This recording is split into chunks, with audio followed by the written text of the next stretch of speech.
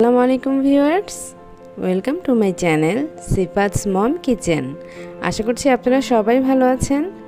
আজকে আমি আপনাদের তৈরি করে দেখাবো মজাদার মচমচে চিকেন পাকোড়া।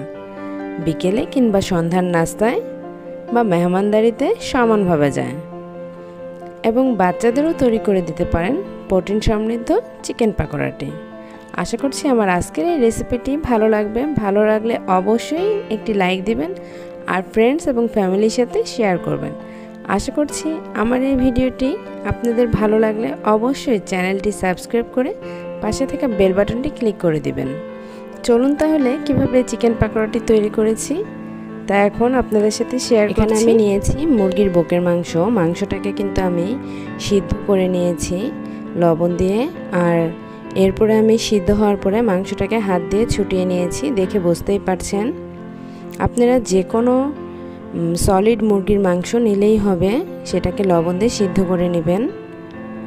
আর এই মাংসটার মধ্যে আমি যা যা অ্যাড করব, এখানে আমি নিয়েছি হাফ কাপ পেঁয়াজ কুচি। পেঁয়াজটাকে চিকন চিকন করে কুচি করে নেবেন, তাহলে কিন্তু বেশি ভালো হবে। এখন এর মধ্যে অ্যাড করে দিচ্ছি আমি যে মশলাগুলো দেব সেগুলো। নিয়েছি 1 চামচ আদা রসুন বাটা, 1 চামচ হলুদের গুঁড়া, 1 চামচ মরিচের গুঁড়া, 1 চামচ জিরার গুঁড়া, 1/4 টিস্পুন গরম মশলা, আর নিয়ে নিয়েছি 1 চামচ চাট মশলা। আর চাট মশলাটা যদি না থাকে সেটা স্কিপ করতে পারেন। আর নিয়েছি 1-2 টিস্পুন খাবারের সোডা, নিয়েছি পরিমাণ মতো লবণ। খাবারের সোডাটা দেওয়ার কারণ হচ্ছে এই মাংসের পাকোড়াটা মচমচে হবে, সেই কারণে। এখন সবগুলো উপকরণই আমি ঢেলে দিচ্ছি। আর আপনাদের কাছে যদি খাবার সোডাটা না থাকে সে পর্যায়ে এটা স্কিপ করলেও চলবে। নিয়ে নিয়েছি 3টা কাঁচামরিচ চিকন চিকন করে কেটে নিয়েছি কুচি কুচি করে। আর এখন এর মধ্যে অ্যাড করে দিচ্ছি ধনেপাতা কুচি। এটা আমার ফ্রোজেন করা ধনেপাতা। এখানে আমি হাফ কাপ ধনেপাতা কুচি দিয়েছি। আর এখন এর মধ্যে অ্যাড করে দিচ্ছি ভিনেগার। এখানে 1 টেবিল চামচ ভিনেগার দিয়েছি। আর এর মধ্যে অ্যাড করে দিচ্ছি 1 টেবিল চামচ লেবুর রস। এই লেবুর রসটা দিলে মাংসের যে একটা বাজে স্মেল থাকে সেটা চলে যাবে, সে কারণেই লেবুর রসটা দেওয়া। এখন এর মধ্যে অ্যাড করে দিচ্ছি 2 টেবিল চামচ চালের গুঁড়া। চালের গুঁড়োটা দিলে কিন্তু মচমচে হবে, সে কারণেই এটা দেওয়া। আর এখন এর মধ্যে অ্যাড করে দিচ্ছি হাফ কাপ বেসন।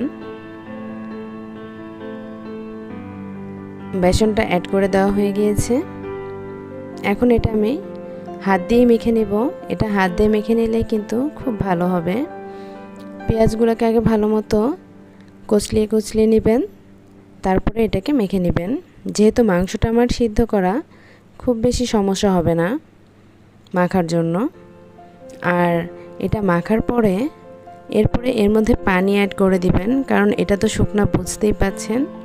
এটা কিছুটা পানি দিয়ে একটু পেঁয়াজুর মতো করে ভাজতে হবে, সেরকম নরম নরম হবে, তাহলে এটা খেতে কিন্তু খুব ভালো লাগবে। এখন আমি এর মধ্যে পানি অ্যাড করে দিচ্ছি। আর পানিটা আমি একবারে অ্যাড করছি না, অল্প অল্প করে দিচ্ছি, যাতে করে আমি বুঝতে পারবো যে কতটা পানি লাগবে, সে কারণে। আর অবশ্যই এটা একটু নরম নরম হতে হবে, তা না হলে কিন্তু ভাজার পরে যে একটা সফটনেস থাকবে সেটা থাকবে না। এই তো আমার পানি দিয়ে এটার বাইন্ডিং তৈরি করা হয়ে গিয়েছে। এখন আমি এর মধ্যে ফুড কালার দিয়ে দিচ্ছি, যাতে করে খুব সুন্দর একটা কালার আসে। আপনাদের যদি ফুড কালারটা না থাকে তাহলে স্কিপ করে যেতে পারেন। এই তো আমার এটা মাখা হয়ে গিয়েছে, দেখে বুঝতেই পারছেন। এখন আমি এটা এই 10-15 মিনিট এভাবে রেখে তারপরে ভাজতে চলে যাব। 15 মিনিট পরে ফিরে আসলাম। চুলাটা ধরিয়ে দিয়েছি আর এখানে পর্যাপ্ত পরিমাণ তেল দিয়েছি। আর আমার প্রথমে ভাজার ভিডিওটা একটু স্কিপ হয়ে গিয়েছে, এর জন্য সরি জানাচ্ছি। এভাবেই ছোট ছোট করে পেঁয়াজের মতো করে ছেড়ে দিবেন। আমি এই মাংসের পাকোড়াটা মানে চিকেন পাকোড়াটা দুইবারে ভাজবো। সে কারণেই একবার দিয়ে দিয়েছি। ওই পাশটা যখন হালকা গোল্ডেন ব্রাউন হয়ে আসবে সে পর্যায়ে উল্টিয়ে দিবেন। আর চুলার জালটা কিন্তু আমার এই পর্যায়ে মিডিয়ামের চেয়ে একটু বেশি আছে।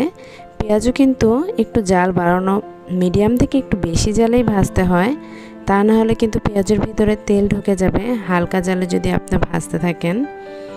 এটা কিন্তু মাথায় রাখবেন, পেঁয়াজ ভাজার সময় একটু জালটা বাড়িয়েই ভাজতে হয়। আর যখন ওই পাশটা ব্রাউন কালার হয়ে যাবে সে পর্যায়ে আমি উল্টিয়ে দেব। আর এই চিকেন পাকোড়াটা আমি 2 ব্যাচে ভেজে নিব। এই ব্যাচটা মনে আমি একটু বেশি দিয়ে ফেলেছি, যে আপনারা কিন্তু একটু কম করে দিয়েন। আমি তো ভাজতে অভ্যস্ত, সে কারণে কোনো সমস্যা হয়নি। আর যারা পারবেন না তারা একটু কম করেই প্রথম ব্যাচে দিবেন, তারপরে আবার দ্বিতীয় ব্যাচে দিবেন, তা না হলে লেগে লেগে যাবে। এক পাশ যখন ভাজা হয়ে গিয়েছে আমি আবার অপর পাশটা উল্টিয়ে দিয়েছি। এভাবে যখন গোল্ডেন ব্রাউন হয়ে আসবে সে পর্যায়ে চিকেন পাকোড়াগুলোকে নামিয়ে ফেলবেন। পেঁয়াজও কিন্তু এভাবেই ভাজতে হয়। এই তো চিকেন পাকোড়াগুলো কিন্তু ভাজা হয়ে আসছে, দেখে বুঝতেই পারছেন গোল্ডেন ব্রাউন কালার হয়ে গিয়েছে। এখন আমি একটা স্ট্রেনারের মাধ্যমে এই তেলটা ঝরিয়ে তারপরে চিকেন পাকোড়াগুলোকে সার্ভ করছি। চলুন তাহলে। এই তো চিকেন পাকোড়াগুলো তৈরি হয়ে গেল, খুবই তাড়াতাড়ি তৈরি করে ফেললাম অসম্ভব মজার মচমচে মজাদার চিকেন পাকোড়া। এই চিকেন পাকোড়াটা এই রমজানে আপনারা একবার হলেও তৈরি করবেন আর কমেন্টস করে জানাবেন যে কীরকম হয়েছে। আশা করছি আমার আজকের এই চিকেন পাকোড়ার রেসিপিটি আপনাদের ভালো লাগবে। ভালো লাগলে অবশ্যই চ্যানেলটা সাবস্ক্রাইব করে পাশে থাকা বেল বাটনটি ক্লিক করে দিবেন।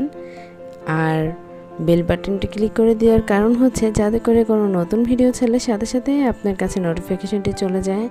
আচ্ছা, ভালো থাকবেন। আজকের মতো এখানেই বিদায় নিচ্ছি। আল্লাহ হাফেজ।